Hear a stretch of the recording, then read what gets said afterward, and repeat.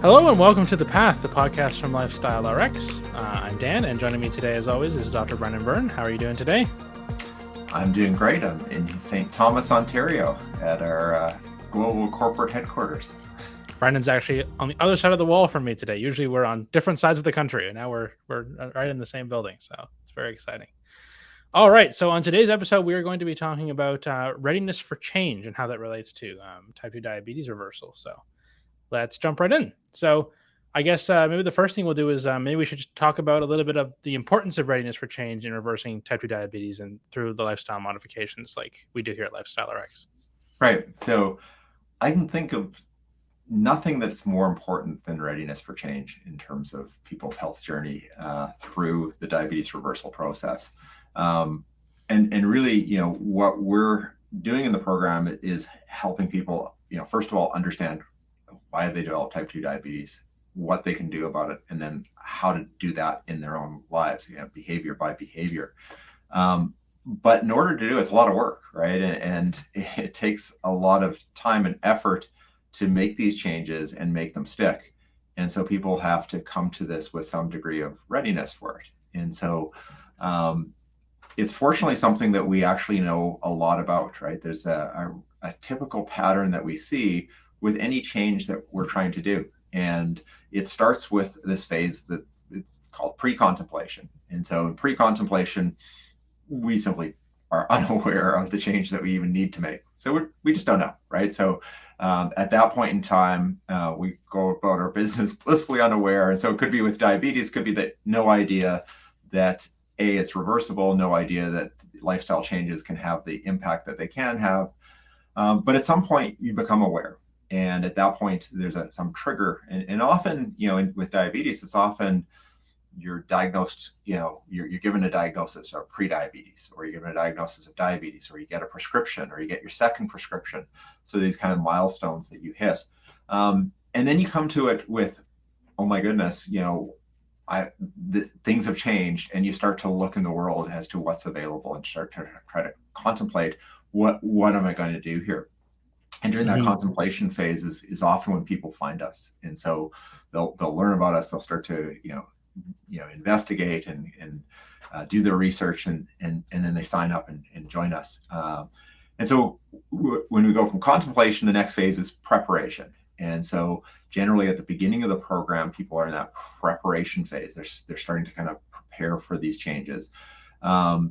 Then as they make those changes, obviously it's action, right? So we're preparing, we're going to act on these things. And then once we get from action, we go through a long period on action in order to kind of take something, from a new behavior all the way through to a habit. And then we get to a maintenance phase. And the readiness for change model is really interesting because it also reflects the real world, which is sometimes we're going to lapse on a particular behavior, a particular thing that we've done really well on. And so there's the whole concept of lapsing, relapsing, and then starting the cycle over again. And if you can quickly kind of get back to the action phase as quickly as possible, that really helps. So for us, we're very aware of this readiness for change cycle. And there's lots of things to change. When we look at type 2 diabetes reversal, there's lots of things to change, which you could look at one way as being overwhelming, in that maybe there's just too many things to change. What we try to do is actually break it down and have people focus on, 1, 2, or 3 things, at first, and not focus on perfect, focus on better, start with those things, and start making the changes in whatever kind of unit that they need to. So small, a small change in the right direction is going to be really helpful. Cool. Excellent. And then how can people kind of assess their level of readiness for change? Like, how do you know where you are on those steps you talked about? Can you know, or how do you know where you are on that path? Yeah, you kind of do know in this. So I guess when you're pre-contemplative, you don't know. You're kind of, it's in your subconscious if it's there at all, but you're kind of unconscious to it. You're not really. When you're contemplative, it's often like thinking about it, right? And so, let's say you're trying to exercise more, and you like to jog, and jogging's been something that you've done before, and you want to do it again. So you were contemplative. I really should start to do this. And in that contemplation phase, what happens is you start to notice the people jogging, right? So you start to see, I'm seeing a lot of people jogging, right? It's kind of that phenomena where, something you weren't paying attention to, all of a sudden now, geez, everybody's jogging. And you start to notice that. You get a little bit more serious when you start thinking about, well, do I have running shoes to jog in? Do I have shorts to jog in? Do I have the gear? Right now, running's pretty straightforward. So there's not a lot of gear. And then you start getting a little bit more serious when you start kind of, well, when am I going to run? And how's that going to fit into everything else that I do? Or I'm going to join a running group, or I'm going to join a walk to run program. That's kind of in your preparation phase. And then you take action. At some point, you lace up the running shoes and you get out there and you take action. And that action, you have to kind of build on, right? So it doesn't just because you started, it doesn't mean that that's going to become the habit. And so we go down that kind of that path. So you can kind of look at yourself with things, and again, kind of in our better mindset approach, we talk to people about better, not perfect, but really being kind and gentle with yourself. And so with readiness for change, there's a lot of things you want to do, right? And not only do you want to run, you want to eat, you want to eat more plant-based, you want to lift weights, you want to improve your sleep, you really want to do some meditation. And you can be contemplative about a lot of different things. And even in our program, as we sometimes kind of are teaching a behavior, it may be a behavior you're contemplative on. That's okay, right? Just look at the next phase and what would it be to take that from contemplation to make some preparation steps. Even at that point, you don't have to start doing it yet, right? There's lots of little kind of work that you can do along the way. And this is why we like people to kind of focus on, as I said, kind of no more than 3 things at a time.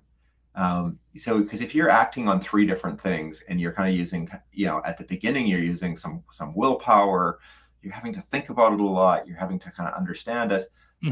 You don't really have that capacity to take on, more things, but you can start to think about it, right? So you might be focusing on the beginning of the program of just simply, week 1, let's get rid of the fast carbohydrates. Let's get rid of the sugar, the flour, the fast stuff.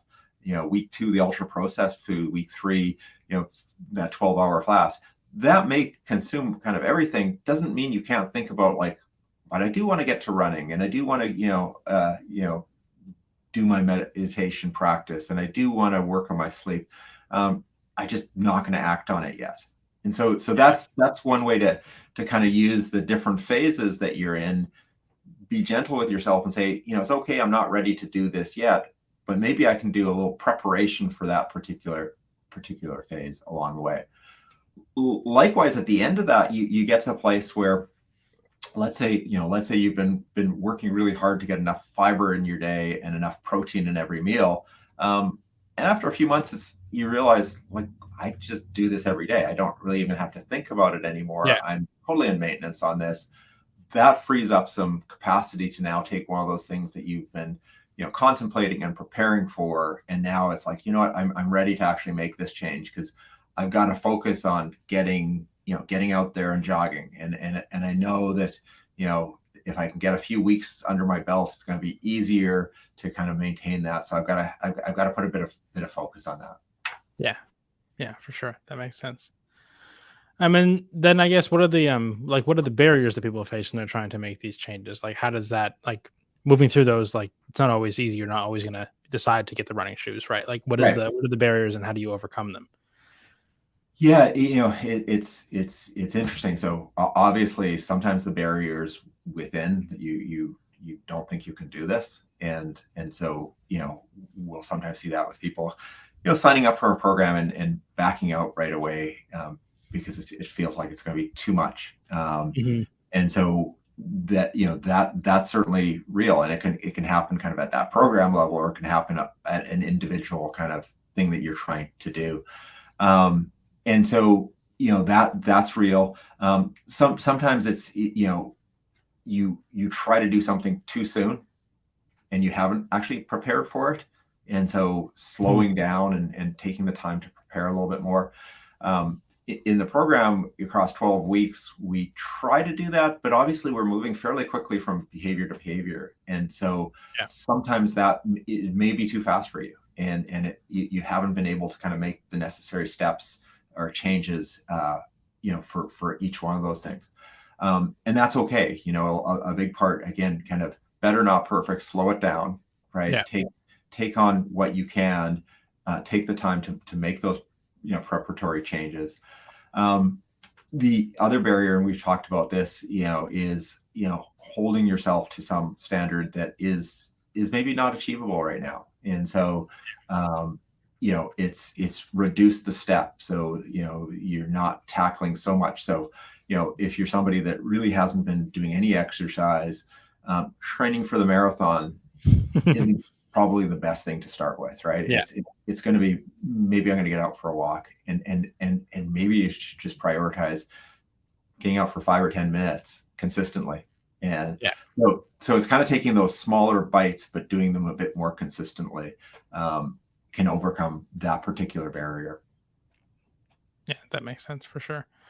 And then, if there are any healthcare providers listening, or if people just want to know how their healthcare provider is involved, how do they support patients in this journey and like help? And can they help with this and help get people to move through it? Yeah. So one of the big things, and is healthcare providers, or really anybody in the community, I think, especially when it comes to type 2 diabetes reversal, is um, making people aware that this actually is a thing, right? That Hmm. people can actually reverse the underlying process in type 2 diabetes and potentially achieve diabetes remission. So, first thing that healthcare providers can do is plant the seed, right? So, Yeah. and talk to patients, and talk to, and as I said, I don't think it's just healthcare providers. I think it's really the broader community. But this is something that's out there. This is something that is real. This is something that's evidence based, and it's something that anybody can start at. And and while diabetes remission, maybe not everyone's going to get to diabetes remission, but these steps are going to help no matter what. Yeah. So I think that's going to be something that's really important, is to kind of plant that seed. The other thing that I think healthcare providers can do is acknowledge when people are making some of these steps, and we definitely kind of hear that feedback of, people go back to their family doctors and they've made these big changes, and their doctors are very happy with the changes that they've made, and reinforce them, and reinforce that, Yeah. that this is something that they've done that's had an impact. So I think that reinforcement can be helpful. Um, and so along with reinforcement, there's encouragement. And then I think the other thing that other healthcare providers can do is, also helping people understand that better is really the goal, right? Yeah. And so, that can be really helpful as well. Yeah. Definitely. And then I guess, like, are there any specific strategies that you have or that you know of, or like tools that can help make the, like, get yourself, over these steps, like get yourself to move forward? Like, what is there something specific, or like an example or something that would or you have, or something like that? Yeah. So a framework that we really like in in our program is what we do in week 10. It's just really looking at the power of habit, and we take the atomic habit framework, that's out there, and it's I mean, it really is based on a research around our dopamine reward system, and really Mhm. kind of our dopamine prediction system. And so, understanding kind of how you make habits is really important. And so when you look at that for the types of changes that we're looking at, really what we're trying to get people to do is take these positive, better behaviors and make them habitual. And so, it's understanding that framework, understanding kind of what are the cues for your good habits, what are the cues for your bad habits, recognizing when you're craving either, often we're craving the bad habit, recognizing when you're craving the good habit, your response, how you respond to that craving. And, do you give in to the bad habit? Are you successful on the good habit? And then the reward, the feeling that you get afterwards, recognizing that, understanding that, going through and kind of in week 10, we really lay out a nice kind of framework of things you can do. But that's a whole kind of set of strategies around helping you stay motivated, because once you understand it, you're not, when you give into a bad habit and you understand the structure of it, it's a completely different thing. It's like you don't beat yourself up for, going out and having that ice cream. You look at, well, what was the cue for going out and having that ice cream? And then you understand it, and you understand what you can do differently. So I think that's one strategy, one set of strategies around a particular tool, which is that, habit framework that can be very, very effective for people as they're trying to make change. I think in terms of motivation, and one of the big things that we do in week 1, we ask people to create their health vision, and we have people reflect on, why is this important to you? Why is taking control of your health and potentially, achieving diabetes remission, why would that be important for you? What's driving you? And for many of us, when we look at that, it's we want more time with our family, our friends, our loved ones. We want to experience more of what the world has to offer. And when you start to frame it there and start to kind of put that's kind of the North Star for you, that's what really drives you, and you really understand it and make it tangible, then the work that it takes and the time that it takes isn't demotivating, right? Because often I'll see people at the early part of this, and they're like, I don't know, I see the results you're getting in the program, I don't know whether I can do that, I don't know whether I have what it takes. But when they reflect on why they want it, and then realize how important it is, it allows you to start to say, okay, I'm going to find the time to make some of these changes. I'm not going to be concerned about the time it takes, even if it takes me longer to kind of put all these things together.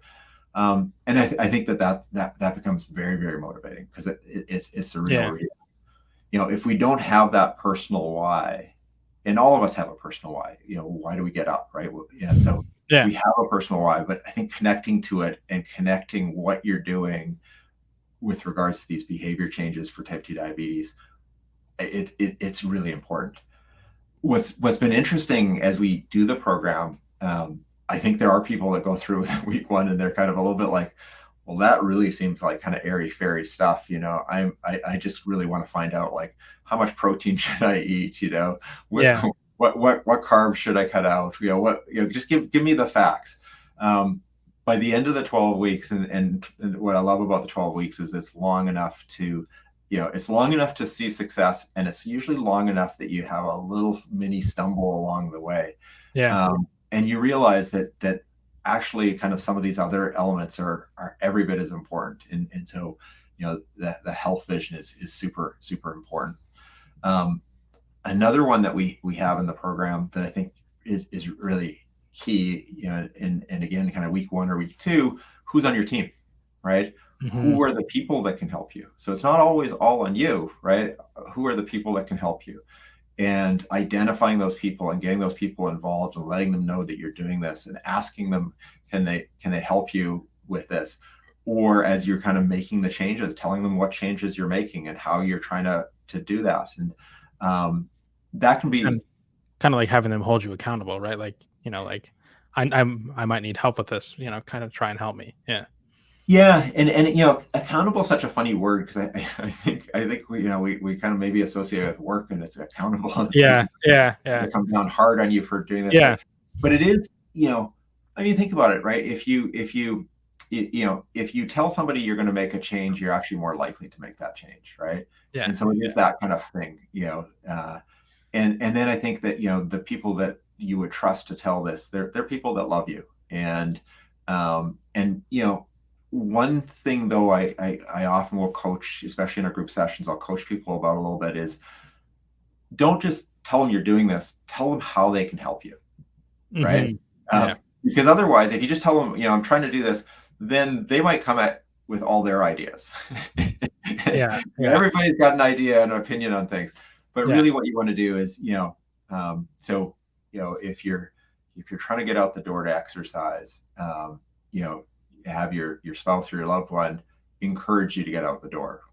Have them help you create the time to get out the door. yeah, Have them encourage, give you that encouragement when you come back from doing it. But you can ask people, right? You can say, hey Dan, this is really important to me. I really need to do this, and a key step for me is to make this, to make exercise part of my habit for my diabetes.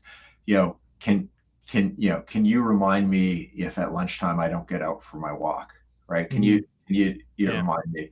Um, and And then I what's kind imagine of fun, that's different for different people, right? Like sometimes, like some people might be like, "I need you to force me to go for a walk." Some other times, it's like, "I just need you to remind me." Like it's going totally to be different depending on the person, right? different depending on the person, the relationship between Yeah. between people.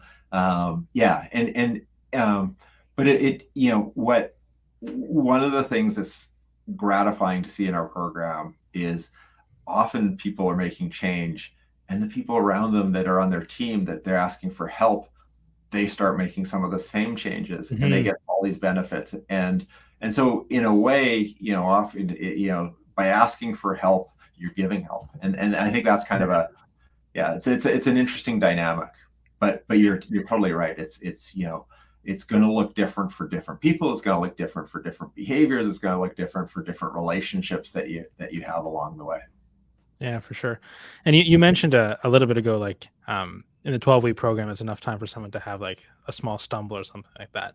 What is there like? How do you maintain this motivation and this momentum when you have a setback or when you have a challenge or when something happens you didn't expect and it's so easy to fall off and to go backwards? Like how do you not let that happen? Yeah, so I think the first thing is recognizing that that's normal, right? hmm It's there's a voice in your head that's like, oh, you couldn't do it again, right? Like you got that horrible Yeah, voice, kind of that inner critic, um, that holds you to standards that you would never hold somebody else to, right? for So sure. first of all, it's recognizing that this is likely and it's going to happen. Yeah, So that's kind of, once you recognize that this is likely, it's then recognizing it as early as you can that you've fallen off, and and rather than kind of going negative about it, look at it from the standpoint of, now I'm actually going to learn something about myself. What happened, yeah, right?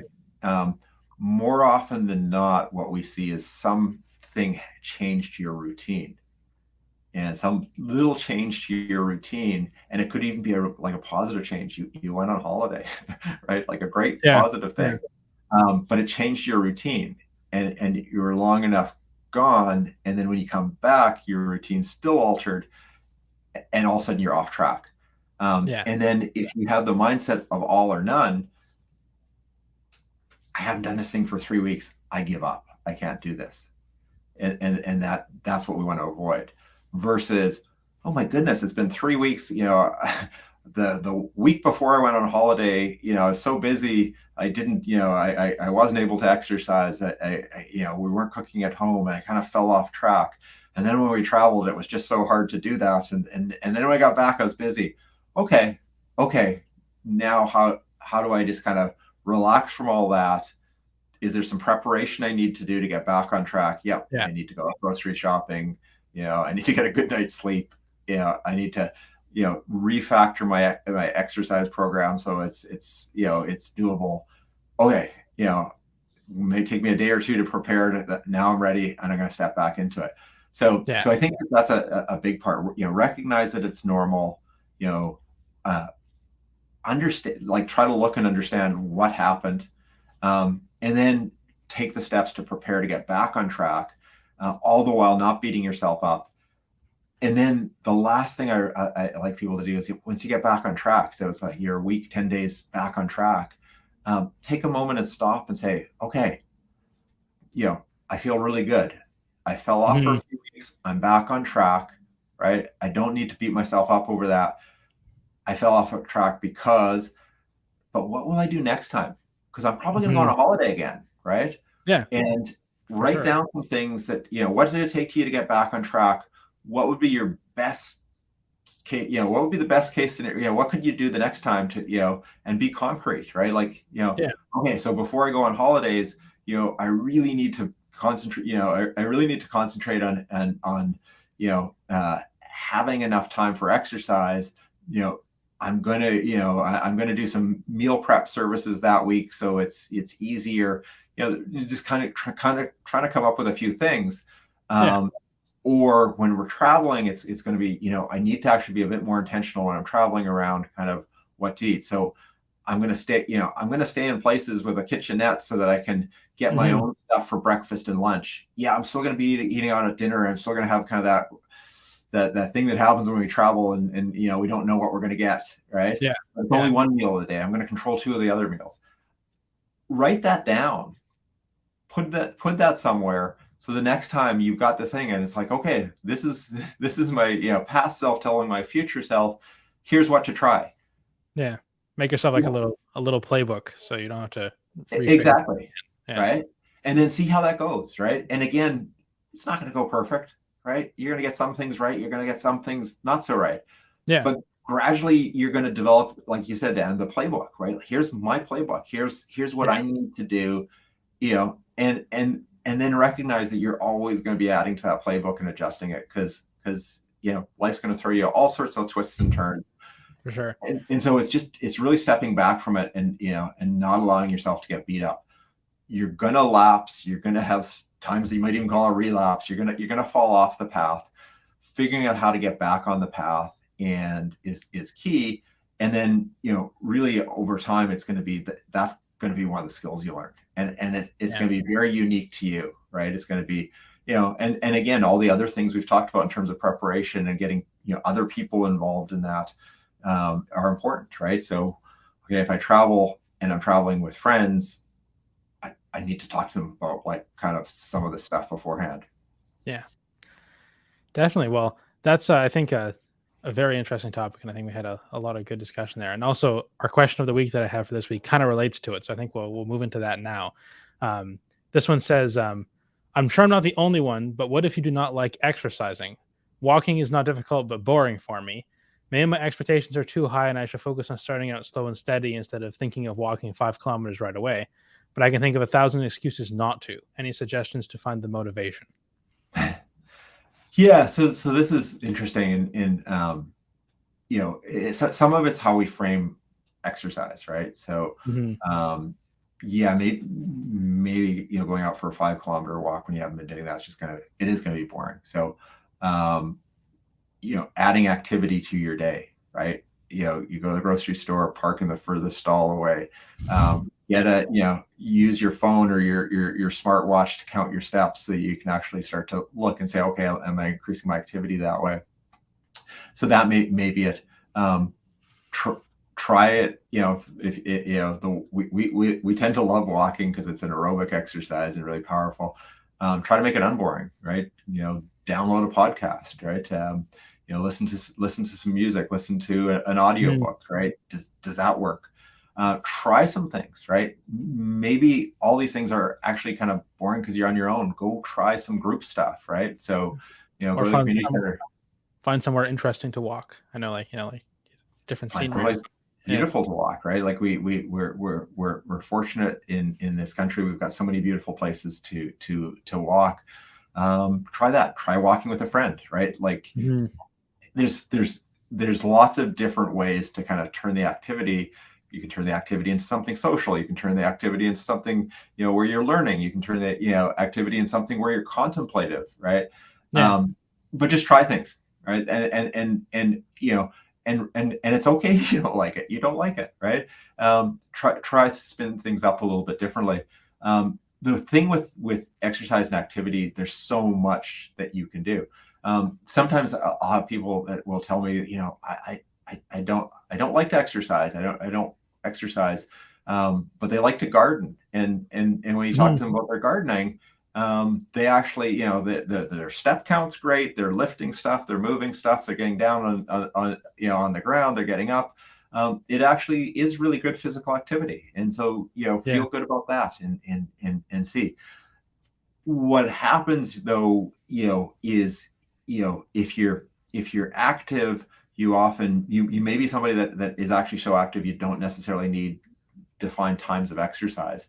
Yeah. But if you're somebody that isn't active and you're more sedentary, and you're really finding this hard to add these kind of, get the motivation to do these things, look for variety, try the things that, potentially you'd like, try some new things. Whatever you try, like maybe shrink it up and make it a little bit smaller, so instead of the 5 kilometer walk, how about a 5-minute walk, right? And and then, as you said, do it someplace beautiful, do it someplace, do it with somebody. So it's really trying a few more things and being open to the possibility that you might enjoy some of that. Yeah, for sure. Okay. And then do you have a thought of the week for this week?